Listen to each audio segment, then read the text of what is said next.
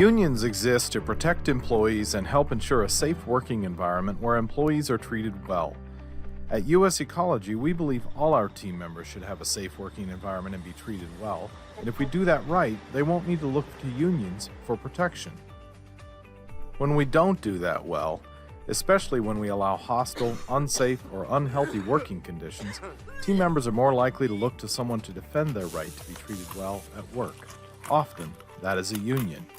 Let's look at some common things that cause team members to be frustrated at work. First, poor communication to and from management. Second, perception of low wages or benefits.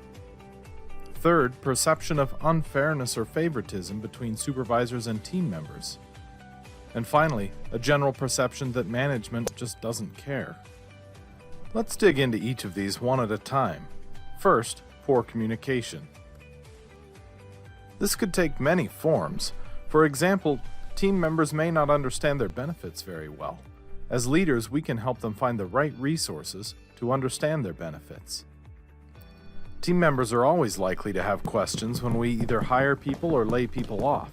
Communicating about what is going on in the organization helps team members feel empowered when change is happening.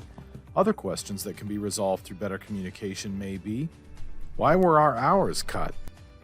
Why are we working so much overtime? What's happening with raises or bonuses this year? To resolve these challenges, first, communicate a lot. Respond to all questions employees have. When there is no information available, most of us tend to imagine the worst. Don't leave a lot of room for team members to get worked up, imagining things that aren't even true. When you encounter challenges, ask for help communicating or resolving those things, and use HR when necessary. And remind everyone about our open door policy. There are lots of ways for them to get the information they need. Another thing that can cause team members to look for additional support is the perception that their wages or benefits are not adequate. Team members may be frustrated if they feel their benefits have been cut or cost too much out of their pocket. Also, if team members feel they don't have opportunities for advancement or that there is general uncertainty about the stability of their job, that may cause them to be frustrated as well. To address these issues, talk with your manager and HR to get a better understanding of how wages and benefits align with the market for your region and industry. If you have disparities among your team members where people of similar knowledge and experience are not being compensated fairly, work with your management team and HR to address those issues. A third cause of frustration can be when team members have the perception of unfairness or favoritism. If team members feel peers in their work group or even on other teams are not treated equally, they may consider it favoritism. For example, if the manager gives all the good work to his favorites, yells at individuals in front of others, gives certain people all the overtime, or gives certain people no overtime, some of these team members are likely to feel they've been treated unfairly. As a leader at US Ecology, ensure that all of your team members are given the time and opportunity to complete training that will help them be effective and grow in their role. Be sure any recognition or promotions are based on objective criteria and actual performance. Finally, what if team members feel management just doesn't care? Maybe managers don't ever come talk to team members and see the work they do. Perhaps the work environment is unsafe or not well maintained. A great solution for this is for managers to go on periodic site visits, not just when you're trying to address a problem. Talk to the team members and see the work they do. Don't be afraid to get your hands dirty with them. Be sure you provide the resources to keep a safe and well-maintained work environment. If employees feel they're missing out on training opportunities or if they have a supervisor who makes their lives miserable, address those issues quickly to get the team back on track and know that you care about them. You may notice a common denominator in how these issues can be addressed. You, a supervisor or manager at US Ecology. And the great thing is, all of these things work to maintain a good work environment and happy employees, whether you're working with union or non-union employees, or both. So how can you tell if team members are thinking about joining a union? And what can you do if you see those signs? There are several signs that could indicate employees are looking to a union for support. A word of caution here. Seeing one or two of these signs periodically may not indicate anything, so be careful not to jump to conclusions when you see one of these things happen one time. One of the most obvious signs would be people with union authorization cards. These are basically forms employees fill out to give the union permission to represent them. Sometimes you may see new leaders created, employees who suddenly have a voice and become outspoken about issues in the workplace. Another sign could be group meetings that quickly disband or get quiet when supervisors come around. It's really important not to jump to conclusions on this one. Consider it in conjunction with other signs you may be noticing. Some other signs can include lots of interaction with an outside person, maybe a delivery person, unusual or combative questions from employees, or a sudden rash of safety complaints from employees. What should you do if you see several of these signs?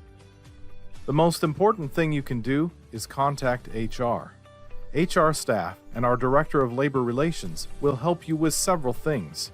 First, they will help educate team members about the actual cost of their benefits, including how much the company pays to provide them. They will hold educational meetings with your team members to help them understand the full implications of joining a union, including the out-of-pocket costs to the team member. And they will help identify the right team members to engage in further conversation so we can educate and inform our teams appropriately about unions.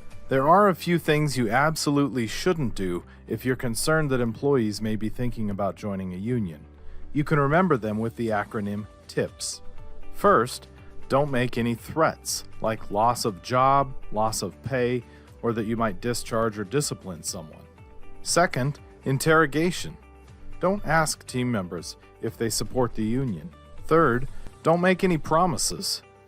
It's not appropriate at this point to promise employees promotions or pay raises to try and prevent them from joining a union. And finally, surveillance. Don't install cameras or stake out the parking lot to try and find out what your employees may be up to. Now, if you find there is a full union campaign going on in your work group, don't panic and let HR and our Director of Labor Relations take it from there.